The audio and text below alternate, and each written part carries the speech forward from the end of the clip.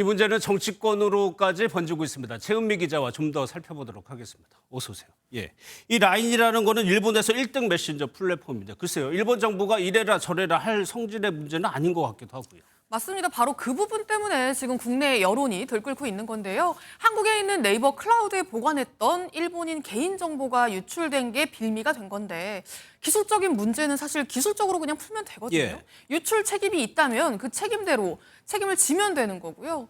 꺼림직한 선례도 또 존재합니다. 예. 라인야후처럼 과거에 프랑스 자동차 회사 르노와 일본의 닛산이 합작한 닛산 르노라는 회사가 있었는데요. 프랑스에서 대주주 의결권을 강화하는 법이 통과가 되면서 르노의 영향력, 그러니까 지배력이 커지니까 예.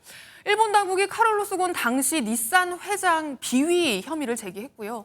곤 회장이 가택연금 상태에서 도망치듯이 출국하는 일이 있었습니다. 예. 그런 우여곡절 끝에 결국엔 합작회사의 르노 지분은 15% 수준까지 낮아졌고요. 이번 사태가 그렇게 흘러가지는 않겠지만 그럼에도 우려의 목소리가 나오는 이유입니다. 예, 그래서 그럴까요? 여기 보면요, 이재명 대표도 그렇고 정치권에서도 목소리를 내고 있습니다. 네, 서울대병원에 입원 중인 이재명 더불어민주당 대표가 오늘 페이스북에 올린 글입니다. 이토 히로부미 손자까지 나와 있는데 하필이면 이번에 라인야후의 행정 지도 처분을 내리고 지분 정리를 요구한 이 마스모토 다케야키 일본 총무상이 조선 식민 통치를 주도했던 이토 히로부미 전 조선 통감의 후손입니다. 예. 이번 사태가 반일 감정으로 이어지고 있는 이유기도 한데요.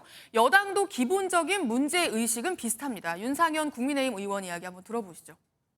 결국 일본 정부의 압박을 받아온 라인야후가 네이버에 이제 축출에 나선 것입니다.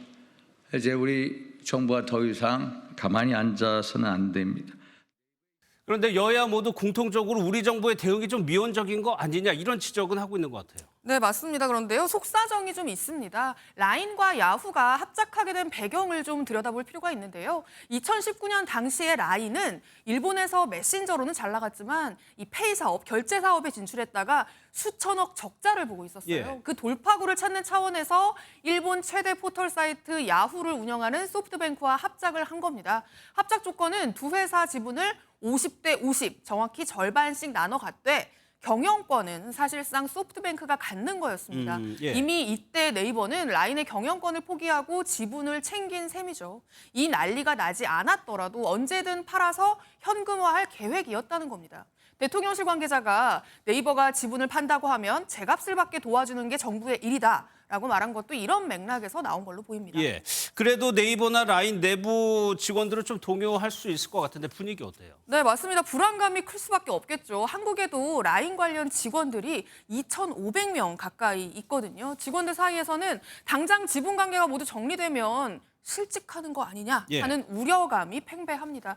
회사 소식을 뉴스를 통해서만 전해 듣고 있다면서 사측의 소통 부족에 불만을 표현하는 목소리도 점점 커지고 있는데요. 라인플러스는 오는 14일 전 직원 대상 설명회를 열고 현재 상황에 대한 경영진의 입장을 전달하겠다고 밝혔습니다. 예, 이제 남은 거는 네이버의 선택인데 어떻게 될까요?